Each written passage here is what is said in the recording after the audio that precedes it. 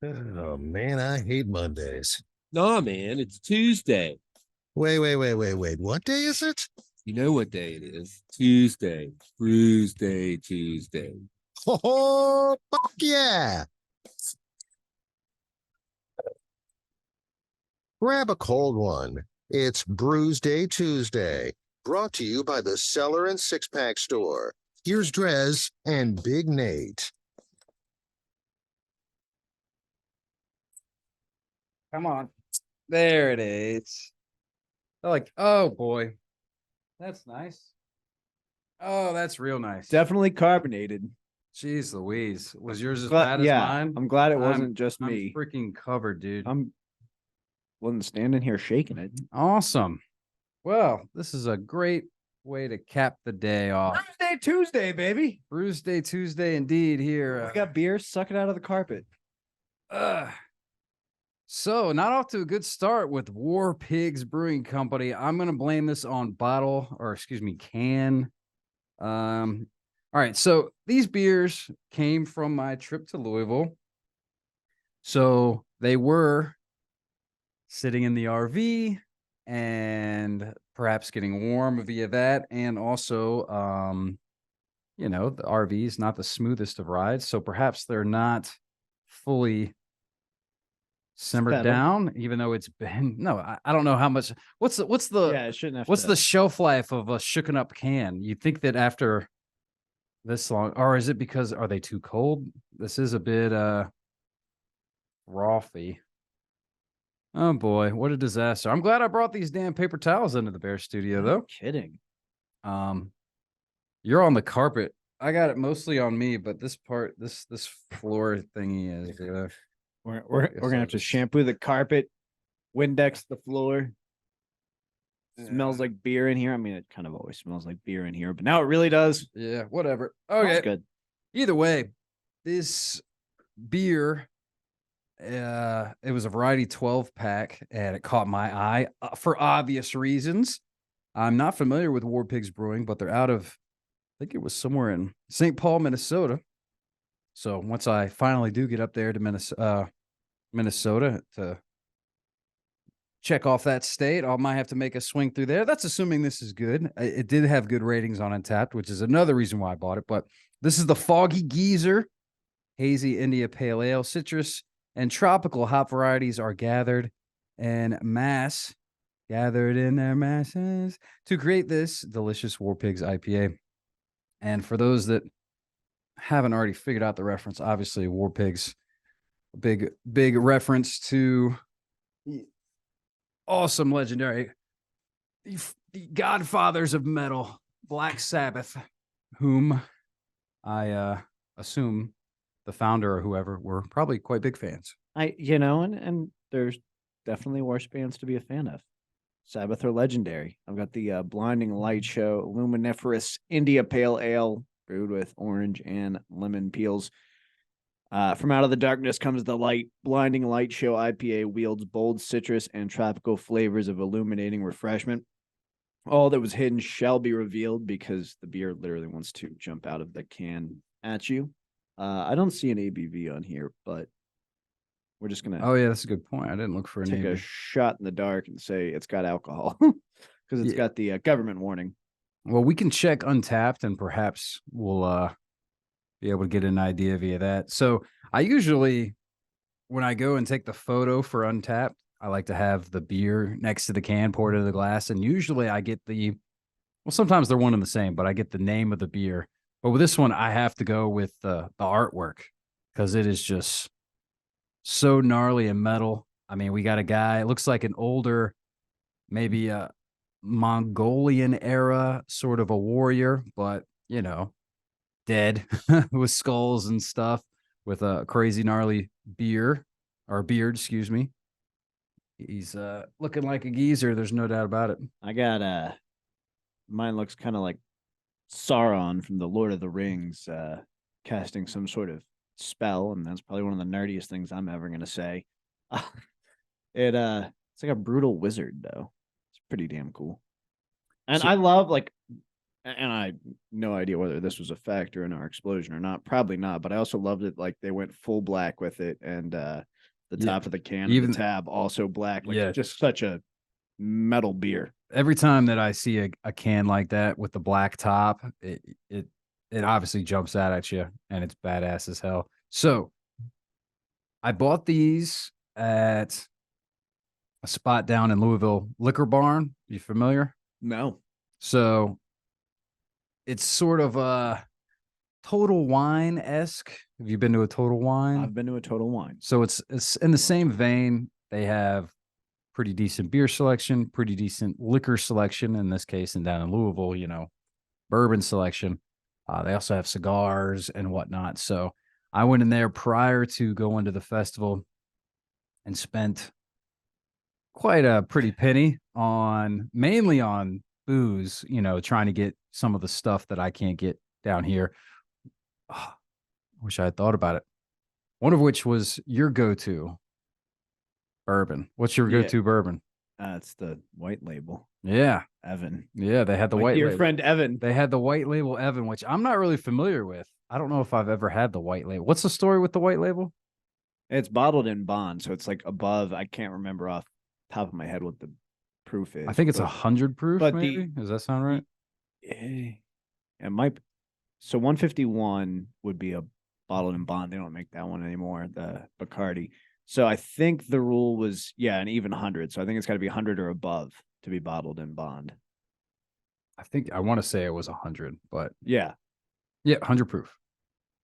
but And can you? it's so strong they've got to bring in a Fed to distill and bottle it. BB had it in her mind that you could only get it in Kentucky, which doesn't sound right to me. No, But I think she said that you had said something like that, but I was like, I don't know. But it was hard to come by in the past, particularly like during the pandemic. It wasn't being distributed as widely. I'd argue we needed that more than we possibly do now. But no, you can get it at the Virginia ABC stores. Okay.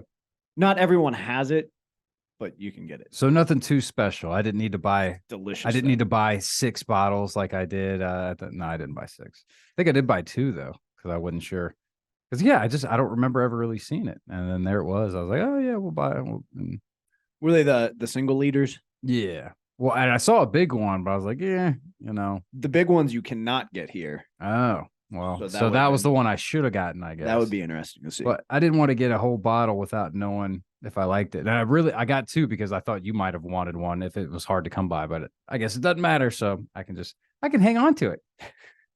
So, but yeah, I went in there and spent good amount of money. I think the tab was over $300 on booze. It's a pretty And penny. I did buy some cigars though, because I don't have any decent cigars anymore, and they did have some of my favorite styles. And I like the Gurkhas that are like, I guess, like bourbon, or I think I got a cognac one. They also had Buffalo Trace cigars, which was Oh, pretty sweet. probably Since that's kind of costly. my go-to. It wasn't that bad. But so I gave those a whirl. A big fan of they're hard to come by the Black and Milds. You get the wood tip with the wine, real fancy, real classy. I Like used to love those. in college, man. PBR The and wine wood tip. I thankfully have Those were the go-to. evolved and turned to better cigars. But Mm-hmm. God, I haven't thought about those in a long time. That used to be it. The wine wood Oh. tip. Those were the jam. I think if I had one of those now, I may throw up.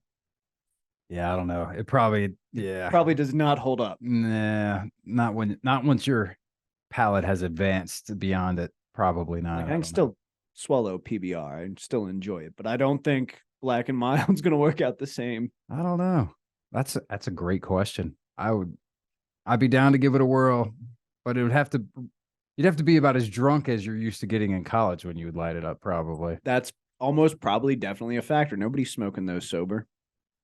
Nobody I tend to hang out with, that's for sure. So yeah, I'm just sitting here bathed in beer.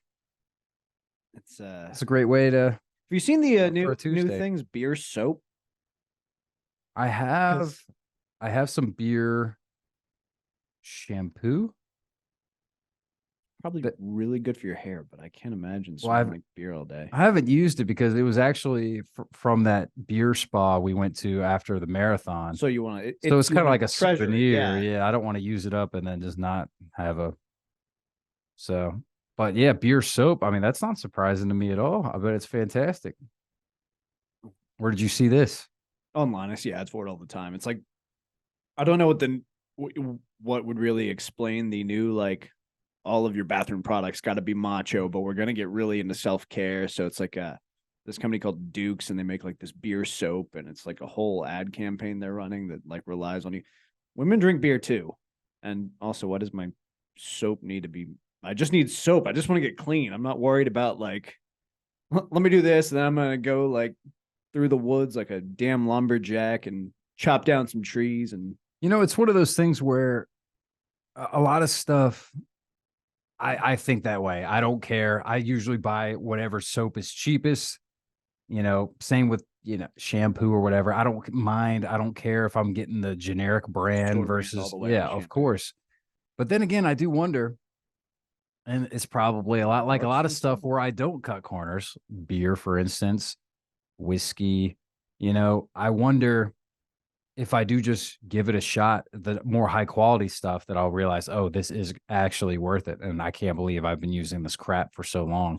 But then, it's going to cost you 3 times as much or whatever the hell.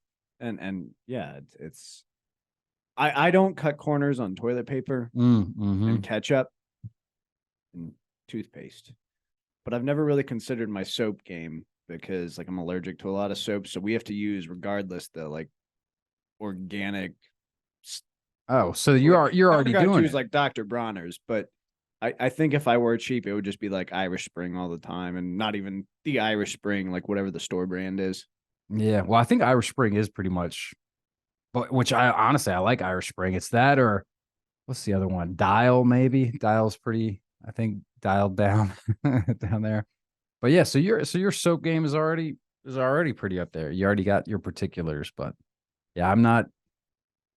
Toothpaste, I'm right there with you. Once you find one, like I get these things. I get this kind of film, like particularly if it's a whitening toothpaste. This film Yeah. will go along the inside of my like lips and stuff. I in my mouth. I hate it. So once I found the toothpaste that works, I just go with that. So What's your toothpaste game like? What are you using? it's the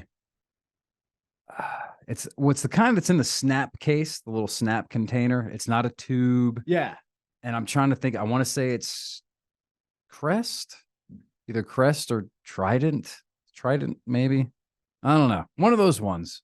I think Colgate does one too. It has to be the kind that has the little snap top, and it sits, in a little case. That's the kind I I need. think they try and get too cute sometimes with toothpaste. Like, I love the taste of cinnamon, but why is cinnamon flavor with those cinnamon breath strips in it a flavor of toothpaste? Like, start my day, just light my mouth right on fire. Go for it. Yeah, I'm not too into the cinnamon either. And I think, did we just talk about this not too long ago about when's the last time you had cinnamon gum, like Big Red or something like that?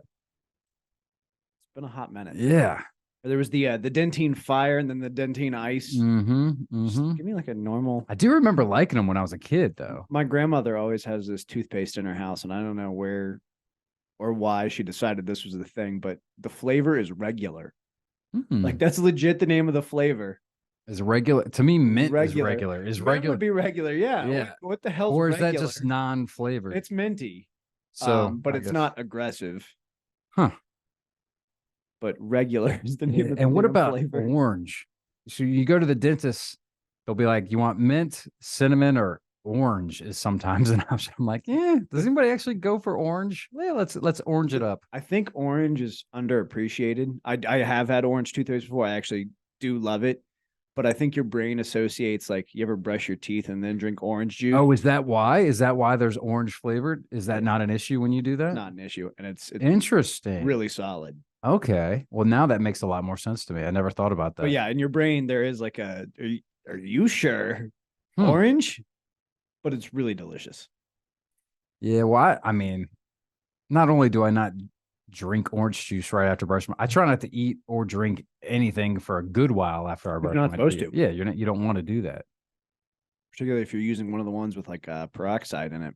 You got to let it treat Do your its- teeth. Yeah, that's the whole point. So is you're just throwing money down the drain. You essentially. should also eat your breakfast before you brush your teeth. Seems like common sense.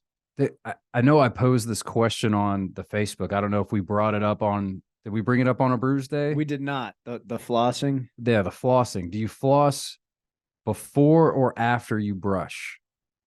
I mean, I think Huck had the best answer, which is when the dentist asks you that, you tell him you were there. When's the last time? I'm really bad about flossing. I'm a fan of the mouthwash, which I'm told does the same thing. It's like one of those 9 out of 10 dentists agree that. I don't think so.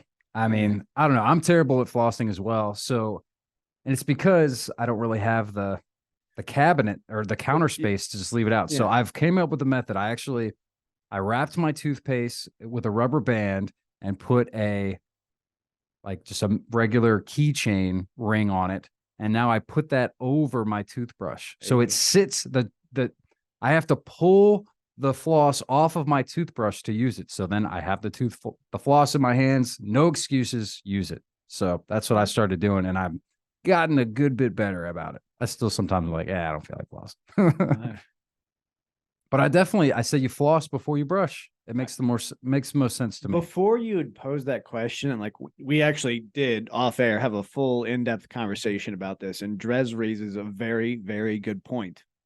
Is that when you floss, you're getting all the gunk out of between your teeth. And if you're flossing after brushing your teeth, you're just putting that mess right back on your teeth. And I never really considered it because I do when I do floss is usually been before, but kind of changed my entire perspective on that.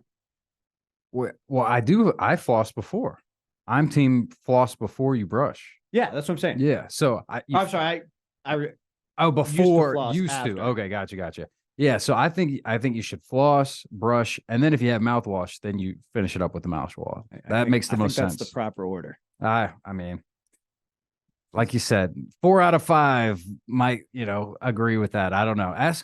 And I heard numerous different arguments about different things, but to me, it still makes the most sense to floss then brush. The thing that bothered me about that is after they cleaned my teeth, my dentist would always floss. And I think maybe I just wasn't going to a great dentist.